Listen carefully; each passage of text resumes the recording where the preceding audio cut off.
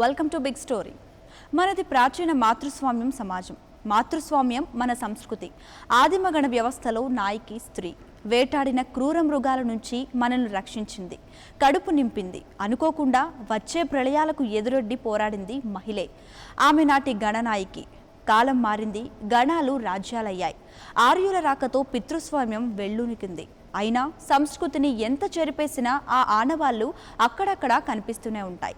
అందున తెలంగాణలో, అది మహానగరం హైదరాబాద్లో ఆ ఆనవాళ్లు మరింత సుస్పష్టంగా కనిపిస్తుంటాయి. ఆ ఆనవాళ్లే నేటి బోనాలు.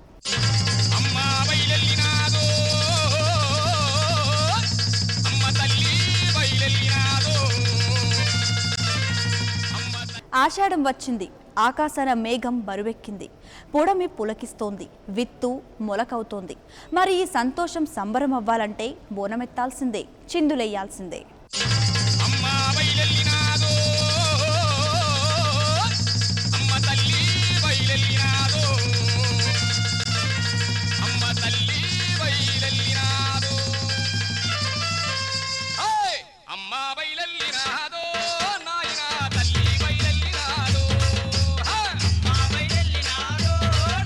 ఆషాఢం వచ్చింది. ఆకాశం వర్షిస్తుంది. విత్తు మొలకవుతుంది. మరి ఆ వర్షం మొలకను జాగ్రత్తగా కాపాడాలంటే వర్షానికి కడుపు నిండిన చెరువు బళ్ళున కట్ట తెంచుకుంటే, ఆషాఢం వర్షాలకు ఊరికి వచ్చే కొత్త నీరు అంటువ్యాధులను మోసుకొస్తే, ఈ వర్షాలకు విజృంభించే అనేక జీవులు అంటురోగాలై కబళిస్తే, ప్రాచీన కాలంలో వీటన్నింటికీ ఒకటే మార్గం, అదే అమ్మోరు.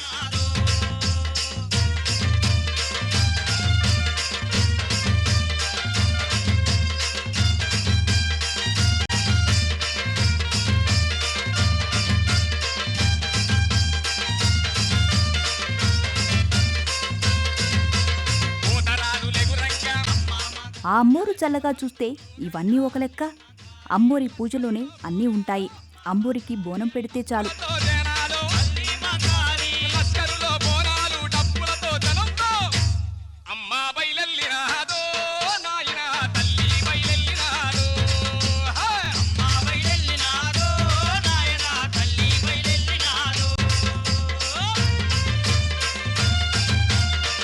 వర్షాలు బాగా కురవాలంటే గంగమ్మ, చెరువు కట్ట తెగకుండా కాపాడడానికి కట్టమైసమ్మ, గండి పడకుండా గండి మైసమ్మ, ఇక మొలకలను జాగ్రత్తగా కాపాడే ఎల్లమ్మ, పోచమ్మ.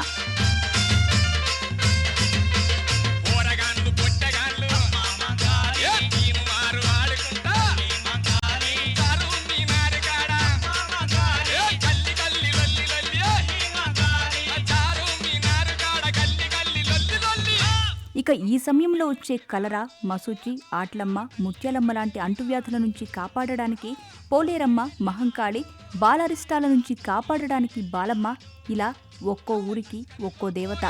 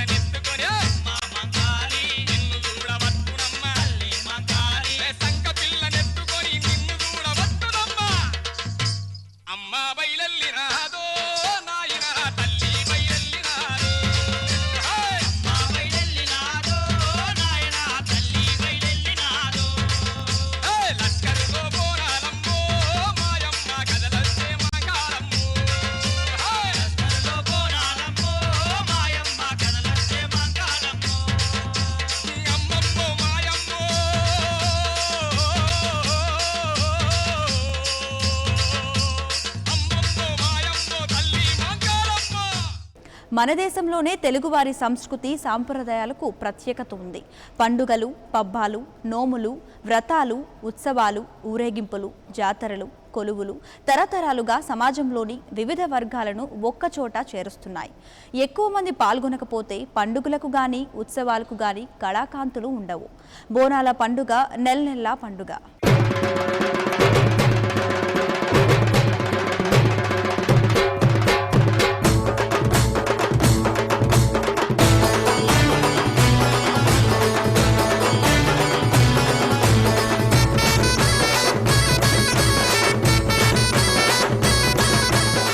పండుగను దాదాపుగా నెల రోజుల పాటు జరుపుకుంటారు. ఇలాంటి పండుగ తెలుగు నేలలో వేరొకటి లేదని చెప్పవచ్చు. లిఖిత రూపంగా కాకుండా మౌఖిక ప్రచారం వల్లనే తరతరాలుగా జానపదుల పూజలు అందుకుంటున్న దేవతాగణాన్ని జానపద దేవతలన్నారు. వీళ్లలో చాలా వరకు గ్రామ దేవతలనే పేరుతో ఉన్నవారే. శిష్ట దేవతల కంటే వీరంటేనే జానపదులకు భయము, భక్తి.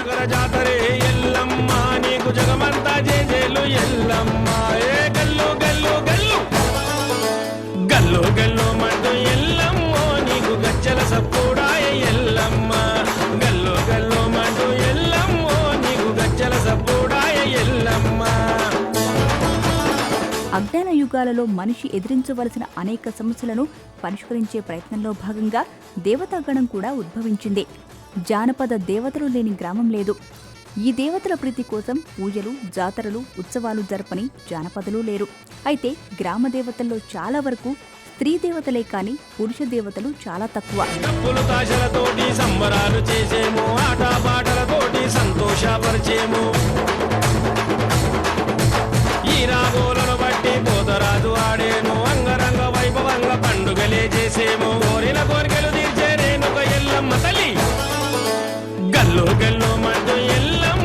ఒకవేళ ఉన్న స్త్రీ దేవత సోదరులో, భర్తలో, బంధువులు అయి ఉంటారు.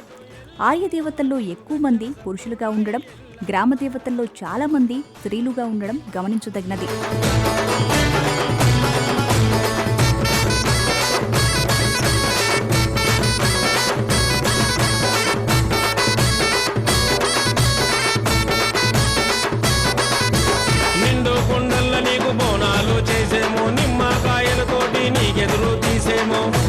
స్త్రీ శక్తి స్వరూపిణి అని భావించి గ్రామీణులు ఆరాధిస్తారు. తెలంగాణ ప్రజలకు ఆయుపట్టు గ్రామదేవతలే. పల్లెసీమలలో వెలసిన గ్రామదేవతలను అన్ని వర్గాల ప్రజలు పూజిస్తారు. మంగళవారం రేణుకాదేవికి బల్కంపేటలో చేస్తారు. మళ్ళీ మొదటి వారం బేస్తవారం నాడు గోల్కొండ మొదటి వారం చేస్తారు. ఇక్కడ నుంచి వచ్చే 10 రోజుల తర్వాత మళ్ళీ సికింద్రాబాద్ మహంకాళి, అక్కడ నుంచి ప్రాంతం ఎక్కువ ఉంటుంది. ఆ తర్వాత మళ్ళీ లాల్ దర్వాజ మహంకాళమ్మకు చేస్తారు. పౌరాణిక దేవతల విగ్రహాలను గుళ్ళు, గోపురాల్లోనే ఆడంబరంగా ఆరాధిస్తుంటే గ్రామ దేవతల విగ్రహాలు మాత్రం చెట్టు కిందనో, గుట్టపైననో, పుట్టలోనో, రాళ్ల మధ్యనో వెలుస్తుంటాయి. గ్రామ దేవతలు పంటలను, పశువులను, ప్రజలందరినీ కాపాడుతారు అనేది గాఢ విశ్వాసం.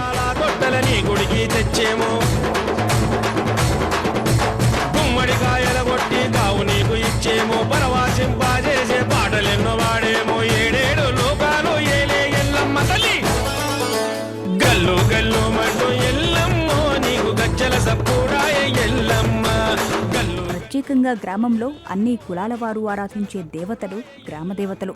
వారి పూజలను నిర్వహించేవారు కూడా సామాజికంగా, ఆర్థికంగా వెనుకబడిన కులాల వారే ఉంటారు.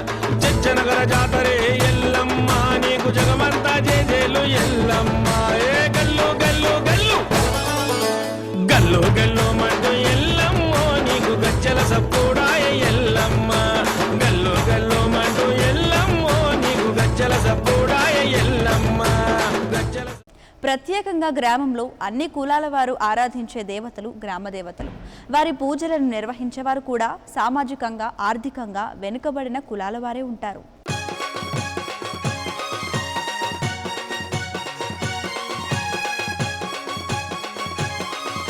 గ్రామదేవతల పూజారులుగా కుమ్మరి, కురుమ, గొల్ల, నాయి బ్రాహ్మణ, విశ్వబ్రాహ్మణ తదితర కులాల వారు ఉండడం ప్రత్యేకత.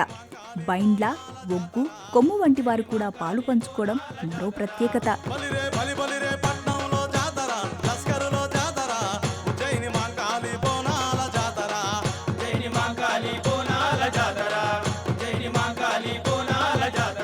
గ్రామదేవతలు గ్రామాలను సుభిక్షంగా ఉంచుతారని, దుష్టశక్తులను శిక్షించి ప్రజలను వాటి బారి నుండి రక్షించుతారనేది నమ్మకం. ఒకవేళ ఇలా ఆరాధించకుంటే తల్లి పశు నష్టం, ప్రాణ నష్టం, ధన నష్టం, ధాన్య నష్టం, అతివృష్టి, అనావృష్టి కలిగిస్తుంటారని వీరి విశ్వాసం. అందుకే వీరు విపత్కర పరిస్థితి నుండి బయటపడడానికి జంతుబలులు, నైవేద్యాలను అర్పించి కళ్ళు సాకపోసే ఒక ఉత్సవం జరుపుకుంటారు. ఇందులో భాగంగా పిల్లాపాప, ఆడామగ తేడా లేకుండా ఇంటిల్లిపాది ఆనందోత్సవాలతో జరుపుకుంటారు. అయితే శాకాహారులైతే అమ్మవార్లకు తీపి వంటకాలు నైవేద్యంగా పెట్టి బెల్లం శాకను పోస్తారు. బలిరే బలి బలిరే పట్నంలో జాతర, లస్కరులో జాతర, ఉజ్జయిని మాంకాళి తెలంగాణలో ఎక్కువగా ఆరాధించే దేవతల పేర్లలో ఎల్లమ్మ, పెద్దమ్మ, పోసమ్మ, మైసమ్మ, పోలేరమ్మ, గండమ్మ, చేడమ్మ, ఈదమ్మ, జమ్ములమ్మ, ముత్యాలమ్మ, గంగాళమ్మ, జాలమ్మ, డొక్కలమ్మ మొదలైన వారుగా చెప్పుకోవచ్చు. ఆషాఢమాసంలో తెలంగాణలో అత్యంత భక్తి శ్రద్ధలతో జరుపుకునే బోనాల జాతరకు ప్రత్యేక ప్రాశస్త్యం ఉంది.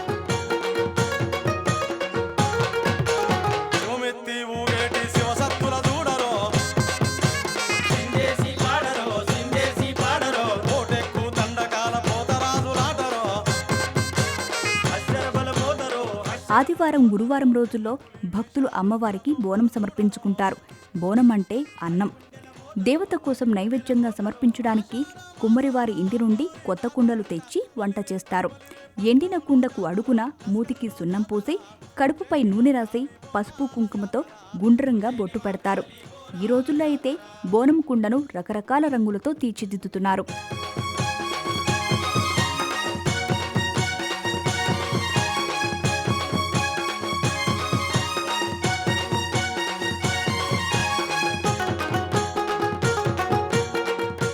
పై చివరి అంచుభాగంలో వేపమండలతో అలంకరిస్తారు. మొదటి కుండలో బోనం ఉంటుంది. ఆపై దొంతి ఉంటుంది. బెల్లం పానకం పోసి, పైభాగం కంచుడుతో మూసి, దానిలో నూనె పోసి అఖండ జ్యోతి వెలిగిస్తారు. ఆయా భక్తులు మొక్కిన మొక్కులను బట్టి 3, 5, 7 దొంతులు ఇలా బేసి సంఖ్యలో వరుసగా పేర్చుతారు. ఆ తర్వాత బోనం దొంతిని ఇంటిలోని ఒక ముత్తైదువు తలపై ఎత్తుకుని దేవతకు సమర్పించడానికి బయలుదేరుతుంది. ఆ ఊరేగింపులో డప్పుల చప్పులతో, పోతురాజుల విన్యాసాలతో దేవత దగ్గరకు ఇంటిలిపాది బయలుదేరి బోనం సమర్పించి అనంతరం వారు బెల్లం పాకాన్ని తీర్థంగా పంచుతారు.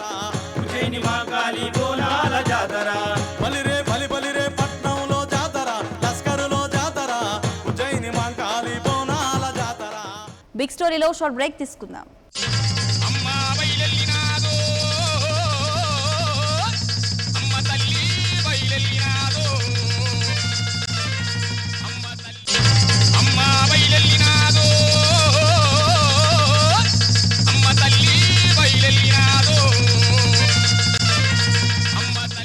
Welcome back to big story.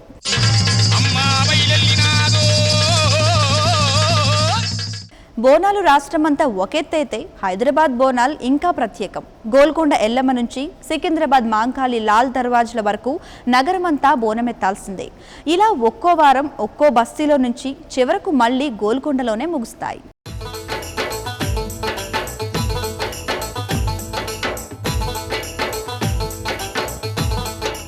ఈ బోనాలు గోల్కొండ జగదాంబిక అమ్మవారి ఆలయంలో పండుగ వాతావరణంతో జరుగుతాయి. సికింద్రాబాద్ ఉజ్జయిని మహంకాళి అమ్మవారు, చార్మినార్, లాల్ దర్వాజా, కార్వాన్ అమ్మవారితో పాటు జంట నగరాలలోని అందరూ అమ్మవార్ల ఆలయాలలో ప్రజలు ఎంతో భక్తి శ్రద్ధలతో వైభవంగా జరుపుకుంటారు.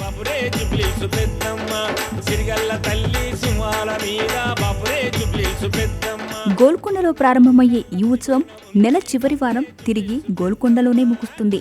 ఒక్కొక్క వారంలో ఒక్కొక్క ప్రాంతం బోనాల పండుగను జరుపుకుంటారు.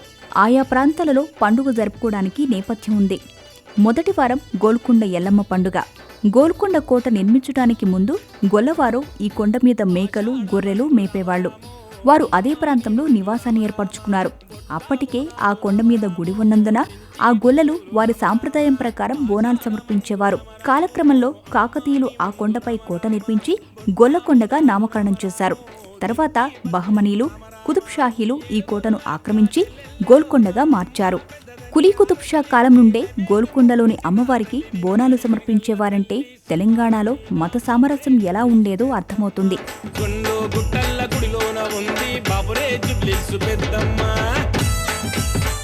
రెండవ వారం సికింద్రాబాద్ ఉజ్జయిని మహంకాళి ఉత్సవం. సికింద్రాబాద్ వాస్తవ్యుడైన మారటి అప్పయ్యకు మధ్యప్రదేశ్లోని ఉజ్జయినిలో కలరా సోకింది. ఈ వ్యాధి బారి నుండి కాపాడాలని మాంకాళమ్మకు మొక్కుకున్నాడట. అప్పుడు ఆ అమ్మవారు కరుణించటంతోనే అతను ఆ వ్యాధి నుండి విముక్తి పొందాడట. దీనికి ప్రతీకగా క్రీస్తు శకం 1813లో మహంకాళి అమ్మవారి విగ్రహం చేయించి ప్రతిష్ఠించారు. ఆమెకి ఉజ్జయిని మహంకాళి అని పేరు పెట్టారట. అప్పటి నుండి ప్రతి ఏడు ఆషాఢంలో బోనం సమర్పిస్తారు. ఇక్కడ ఇంకొక ప్రత్యేకత ఏమిటంటే ఆదివారం ఉదయం నుండి బోనాలు సమర్పించి మధ్యాహ్నం 2 గంటల నుండి ఫలారం బండిపై అమ్మవారిని ఊరేగిస్తారు. సుమారు ఒక 1000 మంది కళాకారులు వివిధ రాష్ట్రాల నుంచి ఇక్కడికి వస్తారు. వాళ్ళకి అకామిడేషన్ మొత్తం మేమే చేస్తాము. ఇక్కడ మా చెప్పల్వారిలో జరిగే బోనాల ఉత్సవాలకు సికింద్రాబాద్, ఉజ్జయిని, మహంకాళికి ఏ విధంగా అయితే జనం ఉంటుందో అంత జనం ఇక్కడ చెప్పల్వారిలో 31వ తారీఖు 1వ తారీఖు ఇక్కడ ఉంటారు. ఇరు రాష్ట్రాల నుంచి కూడా కళాకారులు వస్తారు. అదేవిధంగా మన తెలంగాణ రాష్ట్రం, ఆంధ్ర రాష్ట్రాల నుంచి కూడా ప్రజలు మా ఉత్సవాలను చూడడానికి ఇక్కడ వస్తాడు. ఆ రోజు కాచిగూడలో అన్ని లాడ్జింగ్లు ఫుల్ ఉంటాయి. ఏ విధంగా అయితే ఏదో పెద్ద ఈవెంట్ జరిగితే ప్రజలు ఏ విధంగా జిల్లాల నుంచి వచ్చి అలంకరణని ఇక్కడ తిలకించడానికి ఏ విధంగా వస్తారో అట్లా మా బోనాల పండుగ జరుగుతుంది. మా అమ్మవారిని సికింద్రాబాద్కి తీసుకొస్తాము. నిన్ననే గోల్కొండలో ఏ విధంగానైతే బోనాలు జరిగిందో ప్రజలందరూ చూస్తున్నారు. అదేవిధంగా గత 2 నెలల నుంచి మా బోనాల పండుగకు సంబంధించి వర్క్ స్టార్ట్ అయిపోయింది. మా దగ్గర రేపు 10వ తారీఖున ఇక్కడ అలంకరణ స్టార్ట్ అవుతుంది, లైటింగ్ స్టార్ట్ అవుతుంది. కలకత్తాకి లైట్లు వేసే వాళ్ళు వస్తున్నారు. సుమారు వాళ్ళు 15 రోజుల వరకు ఈ వర్క్ చేస్తారు. మా దగ్గర చాలా బ్రహ్మాండంగా అవుతుంది. ఆ రోజు కూడా నేను 99 ప్రేక్షకులకు చెప్తున్నాను, 30 తారీఖు 31వ తారీఖు మరియు 1వ తారీఖు ఆగస్టు 1వ తారీఖు మీ అందరూ కూడా కాచిగూడ చెప్పల్వారికి వచ్చి మా యొక్క ఉత్సవాన్ని జయప్రదం చేయాలని తెలియజేస్తాం. పలారం బండికి కూడా ఒక ప్రత్యేకత ఉంది. అదేమిటంటే ఆ బండికి 2 గొర్రె పొట్టేళ్లను కడతారు. బండిని రంగురంగులతో అలంకరించి తొట్టెలు కట్టి అమ్మవారి విగ్రహం లేదా చిత్రపటం అందులో ఉంచి మహంకాళి చెల్లెండ్లైన ముత్యాలమ్మ, గుండెమ్మ, జూలమ్మ, డొక్కలమ్మ దగ్గరకు భక్తులు ఊరేగింపుగా తీసుకువెళతారు. ఇందులో ప్రధాన పాత్ర పోతురాజు వీరగోళ ధరించి ప్రత్యేక వేషధరణతో ముందు నడుస్తుండగా భక్తులు వారితో పాటు ఊరేగింపుగా నడుస్తారు.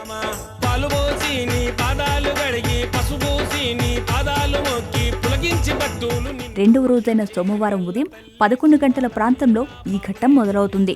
రంగం ఎక్కడం జరుగుతుంది. రంగం అంటే వేదిక అని అర్థం. అంటే ఆ అమ్మవారి గుడి ప్రాంగణంలో ద్వారం ముందు ఈ వేదికను ఏర్పాటు చేస్తారు. ఈ రంగంపై వివాహం కాని స్త్రీ కాల్చని పచ్చికుండపై నిలబడి చేతిలో వేపమండలు ధరించి శరీరమంతా పసుపు పూసుకొని నుదుట తిలకం దిద్దుకొని భవిష్యవాణి చెప్తుంది. ఈ ఏడు జరగబోయే శుభ అశుభ పరిణామాలపై చెప్తుంది కనుక భవిష్యవాణి అంటారు. ఉదాహరణకు వర్షాలు, పంటలు, ప్రజలు ఆరోగ్య పరిస్థితులు ఎలా ఉంటాయో వివరిస్తుంది. అదేవిధంగా అక్కడికి వచ్చిన భక్తులు ప్రజల క్షేమం గురించి అడిగే ప్రశ్నలకు కూడా సమాధానాలు చెప్తుంది. గటాల తర్వాత పచ్చికొండ మీద కూర్చోవడము, భవిష్యవాణి చెప్పడము, ఇవన్నీ ఆనవాతికి వస్తుంది. ఆంధ్రప్రదేశ్ నుంచి, మెడ్రాస్ నుంచి, బాంబే నుంచి వివిధ వేషధారణ అలంకరణతో చాలా వివిధ భంగిమలతో మంచి గ్రాండ్గా 2 రోజులు గ్రాండ్గా జరుపుకుంటారు. ప్రజలు కూడా దీన్ని శాంతిపూర్వకంగా అందరూ శాంతిపూర్వకంగా జరుపుకోవాలని కోరుకుంటున్నాము. ఎవరు కూడా ఎటువంటి గొడవలు పడకుండా ఆనందోత్సవాలతోటి అమ్మవారి యొక్క ఆశీర్వాదం ఉండాలి, అమ్మవారి ఆశీర్వాదాలు అన్ని బస్తీలు శాంతియుతంగా ఉండాలని చెప్పేసి, అందరూ ఆరోగ్యంగా ఉండాలని చెప్పేసి, అమ్మవారి ఆశీర్వాదం ఉండాలని చెప్పేసి. ఇక 3వ వారం చార్మినార్ అమ్మవారు. హైదరాబాద్కు మూసీ నదిలో వరదలు వచ్చినప్పుడు చార్మినార్ మునిగిపోయేంత నీళ్లు వచ్చినాయట. అప్పుడు అమ్మవారు నవాబుకు కలలో కనిపించి బంగారు చేటలో పసుపు, కుంకుమ మొదలైన పూజా ద్రవ్యాలు నీటిలో వదిలితే వరద తగ్గుతుందని చెప్పిందట. అప్పుడు నవాబు అదేవిధంగా బంగారు చేటలో పూలు, పండ్లు, పసుపు, కుంకుమ పూజా ద్రవ్యాలతో నదిలో వదలగానే వరదలు తగ్గాయట. అప్పటి నుండి హైదరాబాద్లో లాల్ దర్వాజా బోనాల పండుగను జరుపుకుంటారు. ఇక్కడ కూడా సంప్రదాయబద్ధంగా బోనాలు, పలారం బండి, ఘట్టాలు ఆదివారం జరగగా సోమవారం రంగం ఎక్కడం జరుగుతుంది.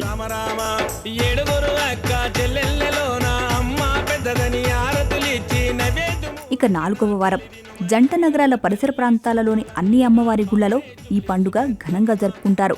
ఆ తరువాత శ్రావణ మాసం మొదటి వారం లాల్ బజార్లో బోనాల ఉత్సవాన్ని జరుపుతారు. అలా తెలంగాణ రాష్ట్రమంతటా బోనాలు జరుపుకుంటారు.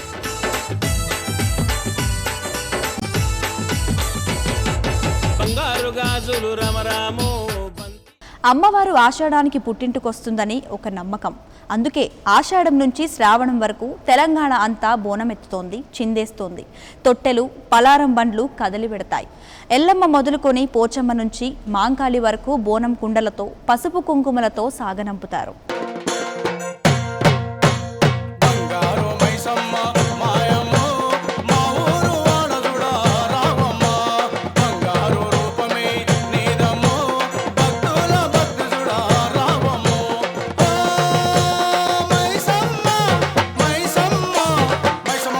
బహుశా ప్రపంచ ప్రపంచంలో ఏ పండుగ నెల రోజుల పాటు జరగదు. కానీ తెలంగాణ బోనాలు మాత్రం ఆషాఢ మాసం నుంచి శ్రావణం చివరి దాకా జరుపుకుంటారు. బోనం అంటే భోజనం, అమ్మ తల్లికి పెట్టే నైవేద్యం బువ్వ. సబ్బండ వర్ణాల వారు అత్యంత భక్తి శ్రద్ధలతో ఊరేగింపుగా ఊరుముడిగా కలిసి వెళ్లి ఊరి బయట గల గ్రామ దేవతలకు సమర్పిస్తారు.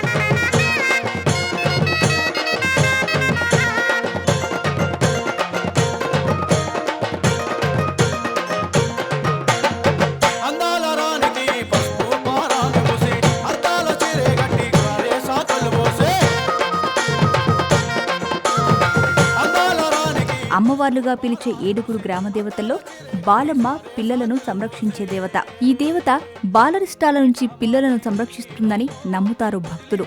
అందుకే తమ పిల్ల పాప గొడ్డు గోద పాడి పంట అన్నీ చల్లగా కాపాడు తల్లి అంటూ మొక్కులు తీర్చుకుంటారు భక్తులు. ఇది చాలా పవిత్రమైన అమ్మవారి పూజ కాబట్టి ఇది కరువు కాటకాలతో నల్లాడుతున్నప్పుడు హిందూ ముస్లింలు అందరూ ఐక్యతగా నిలబడి ఈ ప్రాంతము వరదలతో కొట్టుకుపోతుంటే దీన్ని నిలబెట్టడానికి అప్పటి నవాబు ప్రయత్నానికి అమ్మవారికి పూనకం వచ్చి చెప్పినందున ఆ రోజు అమ్మవారికి చార్మినార్ దగ్గర ఉన్న 4 స్తంభాలలో ఒక స్తంభానికి అమ్మవారు గుడి కట్టించి పూజ చేసినందుకు శాంతించి అక్కడ అందరూ సౌభాగ్యంతో ఉండాలని కోరుకున్నారు.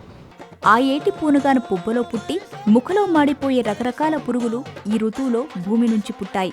అందుకే ఈ కాలాన్ని ఈగకాలం అంటారు.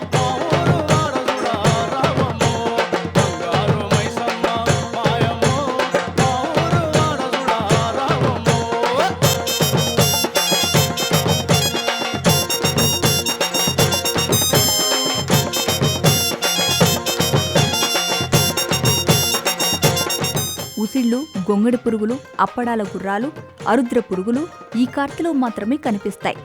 పిల్లలకు పెద్దలకు కళ్ళకలక, పసికలు, కక్కుడు, పారుడు, చలిజ్వరాలు ఎక్కువగా వస్తాయి. మనుషులకే కాక కోళ్లకు, గొడ్లకు, బర్లకు ఈ గాలి రోగం పట్టుకుంటుంది. ఈ జ్వరాల బారిన పడిన పిల్లలైనా పశువులైనా బతికి బయటపడడం అంత సులభం కాదు. ముఖానికి పోసమైన గత్తరైన చల్లదాదులైన ఆటలమ్మ పోసినా ఏ వైద్యుడు ఏమీ చేయలేని పరిస్థితి. వేపాకులతో నెమ్మదిగా గోకి పసుపు నీళ్లు తాగిస్తే ఉపశమనమే తప్ప మందులు వాడితే తిప్పుకొడుతుంది, ఎక్కువైతుందన్న నమ్మకం ఉంది. ఏదో ఒక అద్భుత శక్తి మాత్రమే కాపాడగలదని ప్రజల ప్రగాఢ విశ్వాసం. అనారోగ్యాల బారిన పడకుండా కాపాడే భారం తల్లిదే కనుక ఆమెను మైసమ్మ, పోచమ్మ, ముత్యాలమ్మ, ఎల్లమ్మ పేర్లతో పూజిస్తారు.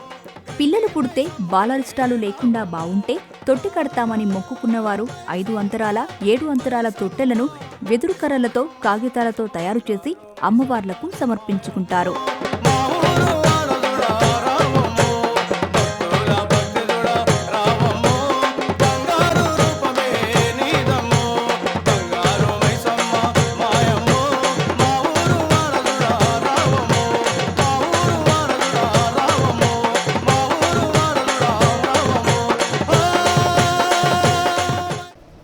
లోకంలో అమ్మంటేనే చల్లని తల్లి, కడుపు నింపడమే కాదు ఆపదల్లో కాపాడే తల్లి, విలయాల నుంచి కూడా రక్షిస్తోంది.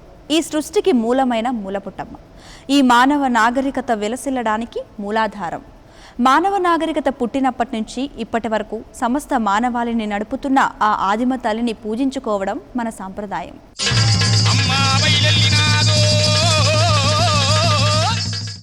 ఇది ఇవాల్టి బిగ్ స్టోరీ. మరో బిగ్ స్టోరీలో మళ్ళీ కలుద్దాం. అంతవరకు this is your Siri. Keep watching 99 TV. నమస్తే.